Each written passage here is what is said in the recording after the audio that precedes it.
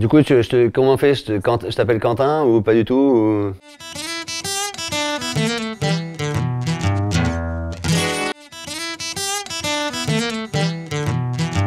Premier concert en live, Jean-Jacques Goldman, mais ça date. Et puisque nous t'aimons trop pour te retenir, puisque tu pars.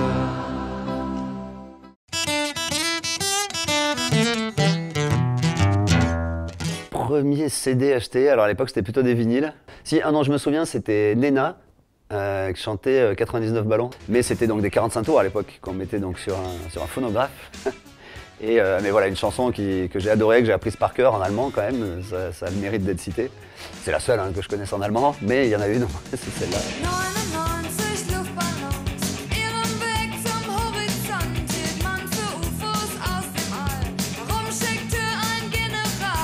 Et puis il y avait une chanson à l'époque qui devait être dans la même année à peu près, qui s'appelait Self Control, et que j'adorais, dont je ne connais pas les auteurs, mais voilà, qui était fabuleuse. Take My Self Control. Oh, the night, you take myself, you take my self-control.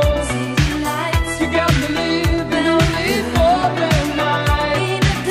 Before the morning comes the story slow. You take myself, you take my self-control. I said night.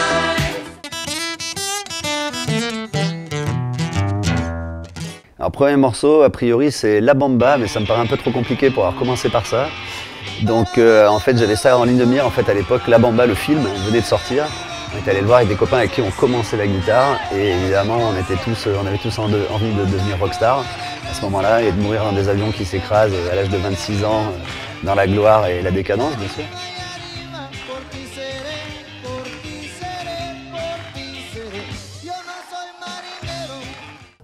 Et donc voilà, mais ça me paraît trop compliqué pour avoir commencé par ça, donc j'ai dû avoir envie de jouer ça, mais j'ai dû me rabattre sur des rock'n'roll un petit peu plus faciles, un petit peu plus lents, du genre sans doute Stand By Me ou des morceaux un peu dans le style.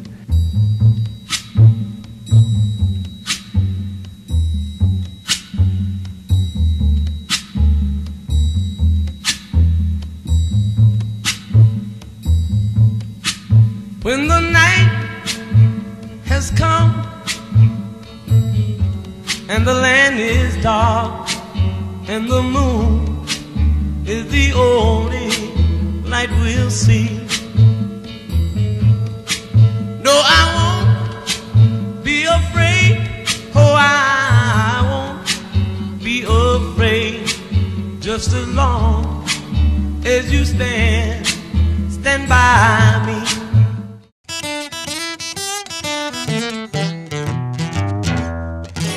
Citation Pulp Fiction parce que je trouve que la BO est terrible du début à la fin.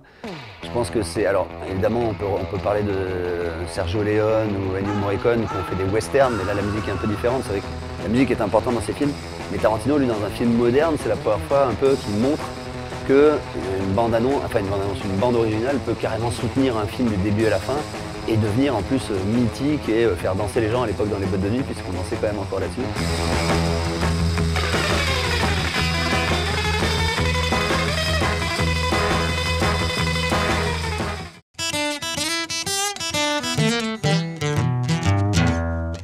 Alors je vais revenir donc sur ce que j'ai dit tout à l'heure, c'est à nouveau les Pink Floyd. On analyse le clip et qui est terrible, il y a un jeune enfant qui pose une balle sur un rail de chemin de fer, la balle éclate et puis après voilà, il y a les personnages, tout est fou et les élèves finissent par casser l'école à la fin, donc les élèves évidemment rêvent de ça.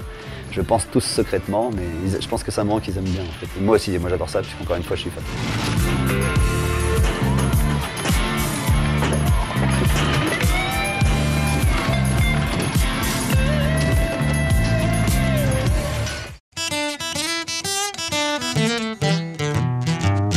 J'aime bien Le Vent l'emportera, parce que ça fait travailler. Je n'ai pas peur de la route, faudra voir, faut qu'on écoute des méandres creux des reins et tout ira bien là. Le vent l'emportera. Mais sinon, un truc un peu plus ridicule, qu'est-ce que je pourrais chanter? L'envie. C'est pas ridicule, mais voilà, parce qu'au moins sous la douche on peut crier à tue-tête, c'est hyper difficile à chanter, surtout dans la tonalité de Johnny. Mais voilà, au moins ça permet de se lâcher un peu et d'exploser. On m'a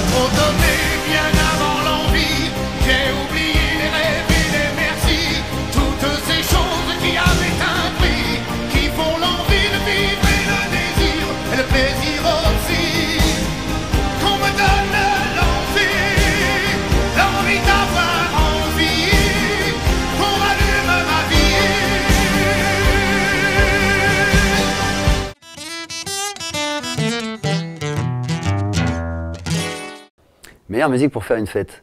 Ah, pour moi, c'est Je t'emmène au vent de Louise Attaque. Mais bon, parce que je suis un peu old school.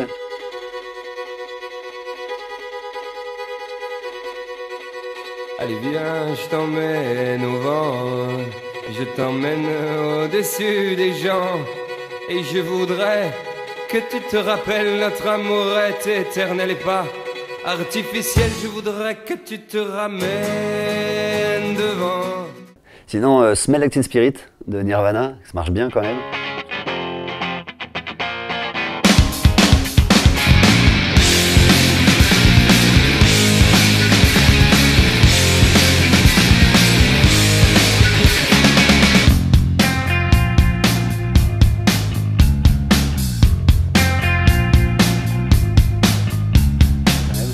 On a beaucoup joué en concert, en général c'est le truc, et puis il y a Ça c'est vraiment toi de Téléphone qui est incontournable, et ça on sait qu'à chaque fois quand on le joue, ça passe le temps, quoi. C'est-à-dire qu'on joue il y a 10 ans, on le rejoue aujourd'hui, c'est toujours le même effet, quoi. Quelque chose en toi ne tourne pas rond.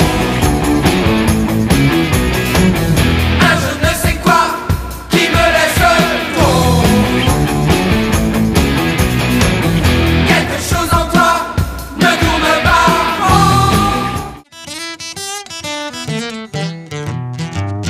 Sans surprise, David Gilmour, bien sûr. Ce que j'aime chez David Gilmour, c'est qu'il met très peu de notes, il essaye pas d'en mettre plein la vue, et pour autant, pour l'avoir vu 3 fois en concert, c'est pourtant un virtuose. C'est-à-dire que moi je suis allé le voir en me disant qu'il allait faire quelques notes par-ci par-là et jouer sur la beauté des notes, et en fait il fait un tour comme ça, un deuxième tour il en met un peu plus, un troisième où il en met encore plus, et puis à la fin ça joue dans tous les sens, c'est vraiment impressionnant.